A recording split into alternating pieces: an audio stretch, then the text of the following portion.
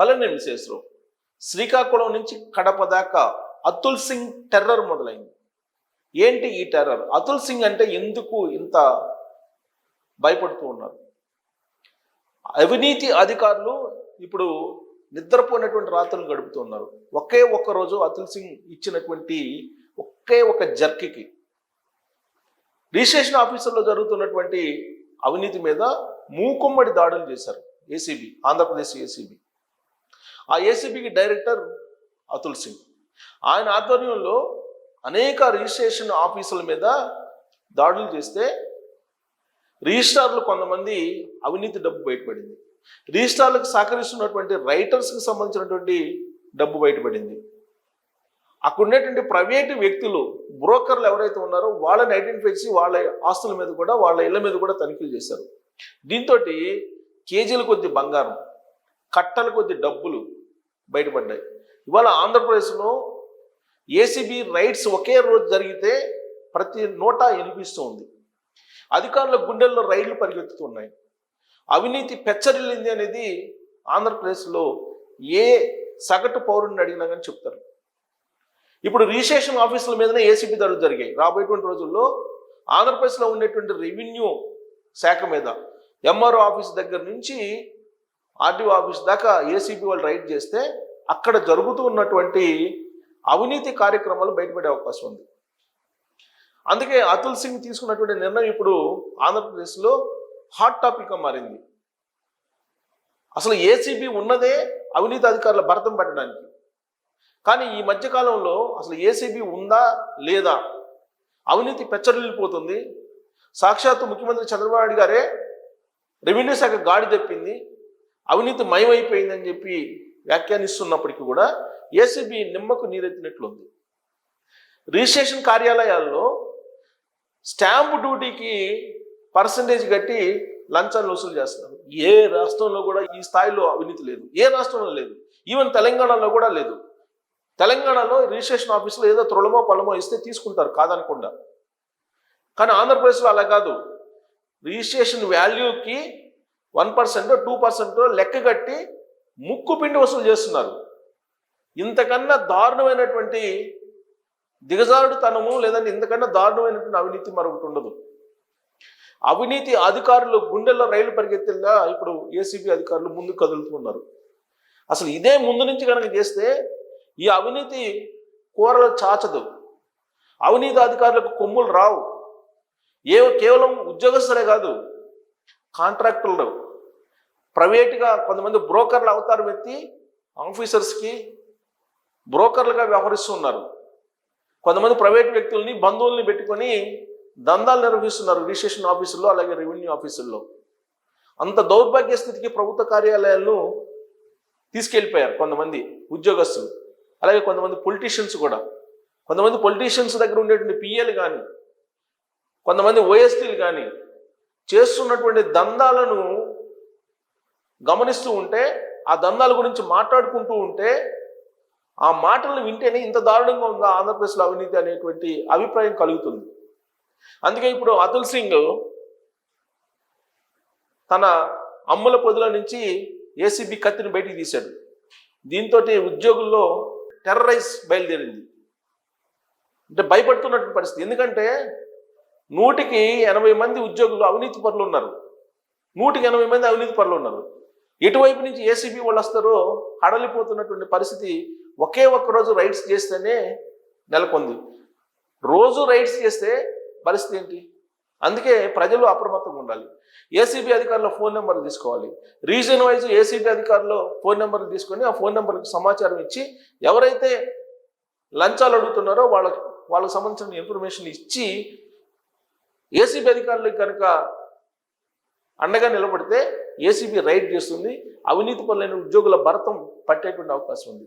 ఇప్పుడు ఏసీబీకి చంద్రబాబు నాయుడు గారు స్వేచ్ఛ ఇచ్చారు అనేటువంటి ఒక భావన కలుగుతుంది. ఒకే ఒక రోజు రైడ్స్ చేస్తే దాదాపు 16 చోట్ల రిజిస్ట్రేషన్ ఆఫీసుల్లో రైడ్స్ చేశారు. ఈ 16 చోట్ల కట్టలు కొద్ది డబ్బు, అలాగే బంగారం, విలువైనటువంటి ఆస్తుల పత్రాలు ఇవన్నీ లభించాయి. అంటే ఎంత డబ్బు అవినీతిగా తరలించారు అనేది క్యాల్కులేట్ చేస్తుంది ఇప్పుడు ఏసీబీ. ఇలాంటి పరిస్థితి ఉంది. ఎవరి అతుల్ సింగ్ ఇప్పుడు అతుల్ సింగ్ పేరు వినిపిస్తుంది. ఎవరు ఈ అతుల్ సింగ్ అనేది చూద్దాం. ఆయన ప్రొఫైల్ ఏంటి? ఆయన ఐపీఎస్ ఆయన. సో ఆయన అతుల్ సింగ్ డైరెక్టర్గా ఉన్నారు ఏసీబీకి, ఆంధ్రప్రదేశ్ ఏసీబీకి డైరెక్టర్గా ఉన్నారు. ఆయన ప్రొఫైల్ ఏంటి అనేది చూద్దాం. సో ఈయన అతుల్ సింగ్ ప్రొఫైల్ ఏంటనేది చూద్దాం. అతుల్ సింగ్ ప్రొఫైల్ ఇది. మీరు చూస్తే కనుక అతుల్ సింగ్ 2024 జూన్ 28న Director General Anti Corruption Bureau కూటమి ప్రభుత్వం వచ్చిన తర్వాత అతుల్ సింగ్కి ఏసీబీ బాధ్యతలు అప్పచెప్పారు. అంతకుముందు ప్రభుత్వం ఆయన్ని నాన్ ఫోకల్ పోస్ట్లో పెట్టింది. ఇప్పుడు అతుల్ సింగ్ని తీసుకొచ్చి ఏసీబీ డైరెక్టర్ చేశారు. 2024/6/28 నుంచి director General Anti Corruption bureau director జనరల్గా ఉన్నారు, డీజీగా ఉన్నారు యాంటీ కరప్షన్ బ్యూరోకి. సో ఆయన 2000 జనవరి దాకా అడిషనల్ డైరెక్టర్ పోలీస్ ఏపీఎస్పీ బెటాలియన్స్కి వేశారు అప్పుడు గత ప్రభుత్వం ఆయన్ని. అందుకే నాన్ ఫోకల్ పోస్ట్లో ఉన్నారు. Additional Director General of police APSP battalions 24 జనవరి దాకా, 23 ఏప్రిల్ నుంచి 24 దాకా ఎక్కడున్నారు? Chairman state level police recruitment బోర్డులో ఉన్నారు. ఆ తర్వాత 23 జనవరి 11 నుంచి ఏప్రిల్ 23 దాకా ఎక్కడున్నారు? Additional Director General of Police Provisions and లాజిస్టిక్స్లో ఉన్నారు. ఇక్కడ చూడండి జనవరిని పోస్టులు ఎన్ని మార్చారో చూడండి ఆయనకి. 23 జనవరి 11 నుంచి 29 జనవరి 2024 వరకు Officer on Special Duty AP Bhavan ఢిల్లీకి వేశారు. Additional Secretary Vigilance Commissioner Government of India 23లో విజిలెన్స్ చేశారు. చైర్మన్ SLPRB హైదరాబాద్ 2018లో. ఇక్కడ 2015లో ఐజీపీ నార్త్ కోస్టల్ జోన్.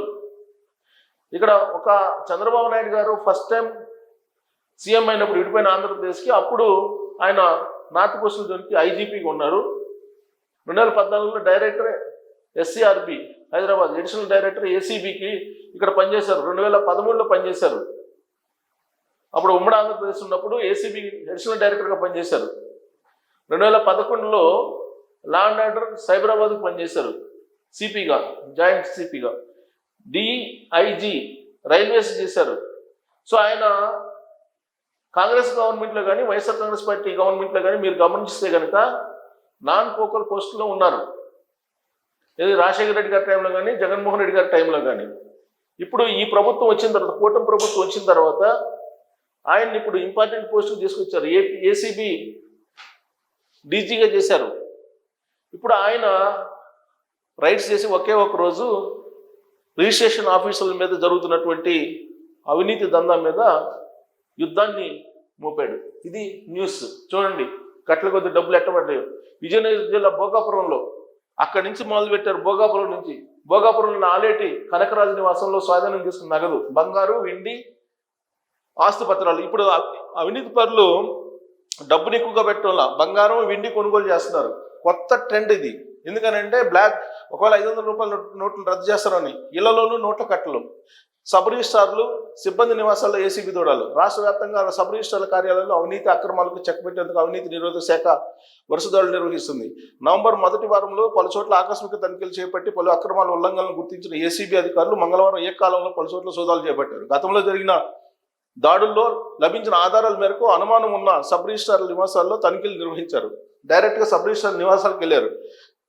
ఈ సందర్భంగా భారీగా నగదు, బంగారం, ఆభరణాలు, ఆస్తులకు సంబంధించిన కీలక పత్రాలను స్వాధీనం చేసుకున్నారు. విశాఖపట్నం, విజయనగరం, అనంతపురం, ఎన్టీఆర్ జిల్లాలోని సబ్ రిజిస్ట్రార్ కార్యాలయాల్లో అవినీతిపై 4 కేసులు నమోదు చేసిన ఏసీబీ అవినీతికి కేంద్ర బిందువుగా నిలుస్తున్న అధికారులు, సిబ్బందిపై చర్యలకు ఉపక్రమించింది.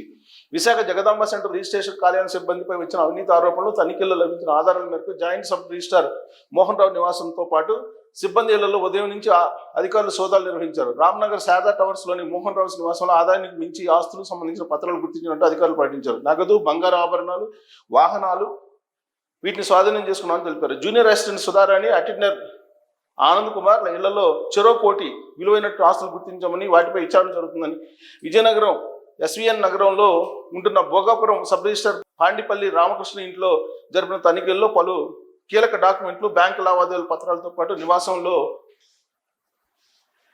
30,400 నగదులు స్వాధీనం చేసుకున్నారు. సబ్ రిజిస్ట్రార్ కార్యాలయం కీలకంగా వ్యవహరిస్తున్న భోగాపురంలోని ఆలేటి కనకరాజు నివాసం నుంచి 18,550 గ్రాముల బంగారం, 937 గ్రాముల వెండి ఆభరణాలు, కీలక పత్రాలు, జూనియర్ అసిస్టెంట్ కృష్ణ నివాసంలో 1,25,000 నగదు స్వాధీనం చేశారు. Junior Assistant Ashok, Senior Assistant Ananthalakshmi నివాసాలను సోదాలు నిర్వహించారు. అనంతపురం జిల్లాలో ఏసీబీ డిఎస్పీ ప్రసాద్ రెడ్డి ఆధ్వర్యంలో అనంతపురం నగరంలోని రాజహంస గోల్డెన్ హోమ్స్ లో ఉంటున్న Chilamathur incharge sub registrar Prasad Babu ఇంట్లో తనిఖీలు చేశారు. చిల్లమత్తూరులో ఉంటున్న ప్రసాద్ బాబు సహాయకుడు ప్రైవేట్ వ్యక్తి సోమశేఖర్ ఇంట్లో మరో బృందం తనిఖీలు చేసింది. వీరేళ్లలో పలు డాక్యుమెంట్లను అధికారులు స్వాధీనం చేసుకున్నారు. ఎన్టీఆర్ జిల్లా Ibrahimpatnam in charge sub registrar Sheikh అహ్మద్కు చెందిన భవానీపురంలోని ఆయన ఇంట్లో జూనియర్ అసిస్టెంట్ డి పద్మకు చెందిన కొండపల్లిలోని ఆమె నివాసంలో ఎక్కాలను ఈ సోదాల్లో ఆదాయానికి మించిన ఆస్తులు గుర్తించినట్టు తెలిపారు. దాడుల నేపథ్యంలో Ibrahimpatnam sub registrar Srinivasarao junior assistant సాయిరాజును నియమించారు. మిగతా చోట్ల జరిగిన సోదాల్లో లభించిన ఆధారాల మేరకు ప్రభుత్వానికి నివేదిక ఇచ్చే అక్రమార్కులపై చర్యలకు ఏసీబీ ప్రతిపాదించనుందని సమాచారం. ప్రభుత్వ కార్యాలయంలో ఎక్కడ లంచం డిమాండ్ చేసినా, ఇది గుర్తుపెట్టుకోండి, ప్రభుత్వ కార్యాలయంలో ఎక్కడ లంచం డిమాండ్ చేసినా మీరు టోల్ ఫ్రీ నెంబర్ 1064, దీన్ని గుర్తుపెట్టుకోండి, 1064 టోల్ ఫ్రీ నెంబర్, దానికి ఫోన్ చేసి మీరు సమాచారం ఇవ్వండి. లంచం అడిగినటువంటి అధికారులని ఏసీబీ వచ్చి పట్టుకుంటుంది. 1064 టోల్ ఫ్రీ నెంబర్, ఇది గుర్తుపెట్టుకోండి. అలాగే మొబైల్ నెంబర్ 944-044-0057, ఇది mobile number. Toll free number ఏమో 1064. మీరు ఎక్కడైనా సరే, ఏ అధికారి అయినా సరే లంచం అడిగితే మీరు ఇమీడియట్గా గుర్తుపెట్టుకోవాల్సింది 1064 టోల్ ఫ్రీ నెంబర్. 108 లాగే దీన్ని గుర్తుపెట్టుకోవాలి మీరు. 108 కానీ ఇది ఇంపార్టెంట్ ఇప్పుడు, ఎందుకంటే క్యాన్సర్ సోకినట్టు సోకింది ఆంధ్రప్రదేశ్లో అవినీతి. 1064కి ఫోన్ చేసి మీరు సమాచారం ఇవ్వండి. ఎవరు లంచం అడిగినా సరే 1064కి మీరు కనుక ఫోన్ చేస్తే ఇమీడియట్గా ఏసీబీ అధికారులు రెస్పాండ్ అవుతారు. ఫోన్ చేయాల్సిన వాళ్ళు లేదా మెసేజ్ పెట్టినటువంటి వాళ్ళు 944-044-0057కి మీరు సమాచారం కనుక అందిస్తే డీజీ అతుల్ సింగ్ డైరెక్ట్గా మీకు రెస్పాండ్ అవుతారు. ఇది సో అతుల్ సింగ్ ఆయన కనుక ఫ్రీనెస్ ఇస్తే రాబోయే రోజుల్లో అవినీతి అధికారుల భరతం పట్టేటువంటి అవకాశం ఉంది. మీరు కూడా యుద్ధ ప్రాతిపదికన సమాచారాన్ని ఇచ్చి అతుల్ సింగ్ గారికి సహకరిస్తే కనుక అవినీతి అధికారుల భరతం పట్టేటువంటి అవకాశం లేకపోలేదు. సో ఈ రైట్స్ ఇలానే కొనసాగితే అవినీతి తగ్గే అవకాశం ఉందనే దాని మీద మీరు కామెంట్ చేయొచ్చు. Thank you.